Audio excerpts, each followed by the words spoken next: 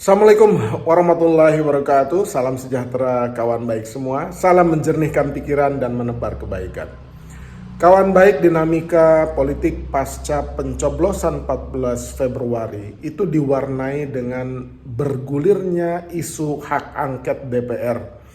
Nah, isu hak angket DPR ini ternyata menurut Litbang Kompas, ya, yang di bawah Kompas Group, itu telah melakukan jajak pendapat seperti sudah dimuat di kompas.com dan harian Kompas dan ditulis oleh penelitinya yaitu Mas Yohan Wahyu. Itu menyebutkan bahwa responden yang ditanya itu sejumlah 62,2% itu ternyata mendukung hak angket untuk menyelidiki kecurangan pemilu. Jadi saya tegaskan kembali, respondennya itu 62,2% itu ternyata menyetujui dan mendukung hak angket digulirkan oleh DPR RI. Sementara 33%-nya tidak setuju dan sekitar 4,7 atau 4, sekian itu tidak tahu atau tidak menjawab.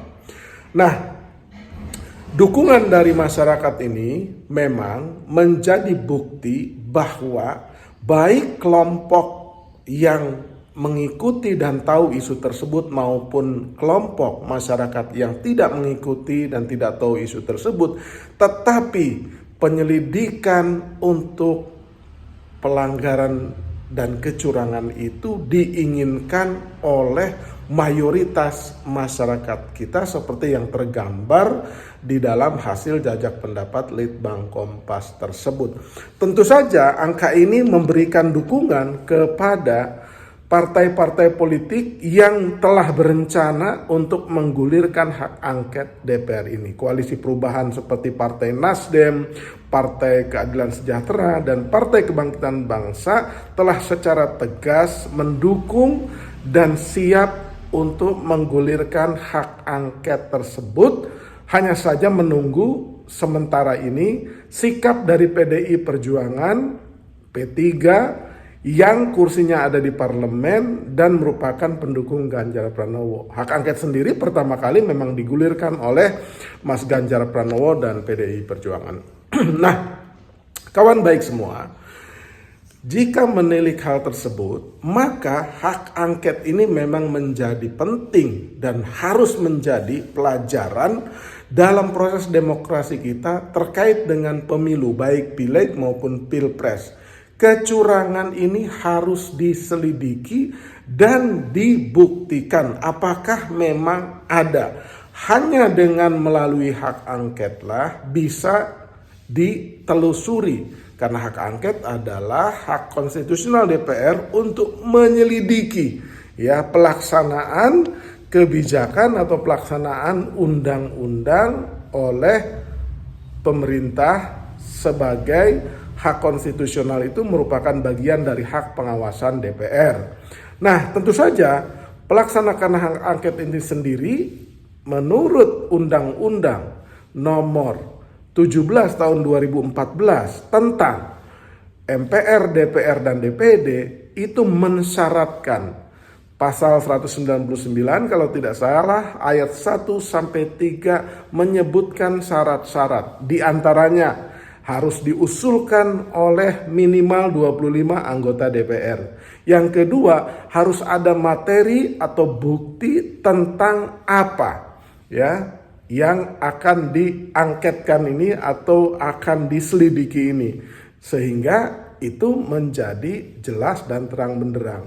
Dan setelah dua syarat itu disetujui, maka putusan untuk hak angket itu harus dilakukan di rapat paripurna DPR RI yang dihadiri oleh seluruh anggota DPR. Nah, dalam konteks ini, apabila memang terpenuhi unsur dua poin yang saya sebut tadi dan terakhir di rapat paripurna, maka sebagai dukungan, sebagai bukti, sebagai langkah agar hak angket ini tidak masuk angin, maka sesungguhnya yang paling baik putusan atau voting dalam mendukung atau tidak mendukung hak angket di rapat paripurna DPR itu harus dilakukan secara terbuka. Kenapa terbuka? Karena kalau tertutup itu bisa masuk angin, karena bisa digerilya tuh untuk tidak mendukung hak angket.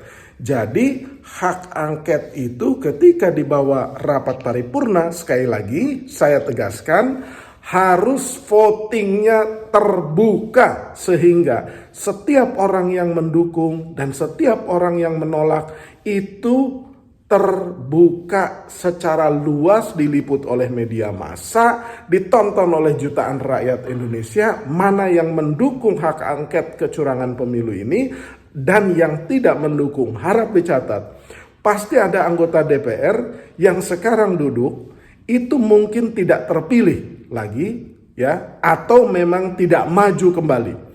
Artinya di periode ke depan dia tidak dilantik lagi. Bisa karena tidak maju lagi, bisa karena memang tidak terpilih. Nah, anggota DPR ini itu amat rentan terhadap gerilya politik oleh pihak-pihak yang tidak mendukung adanya hak angket. Menurut informasi yang saya terima, lebih dari 100, bahkan kisaran 130-an mungkin, harus kita cek kembali angkanya, anggota DPR yang sekarang duduk itu tidak lagi akan dilantik di Oktober 2024 mendatang sebagai anggota DPR.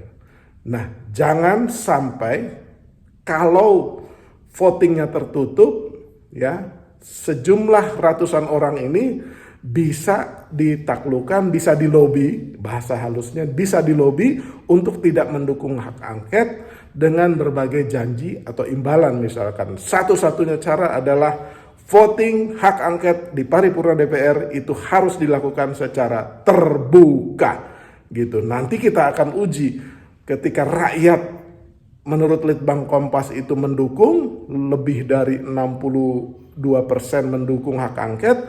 Apakah anggota DPR juga mendukung bergulirnya hak angket tentang kecurangan pemilu ini?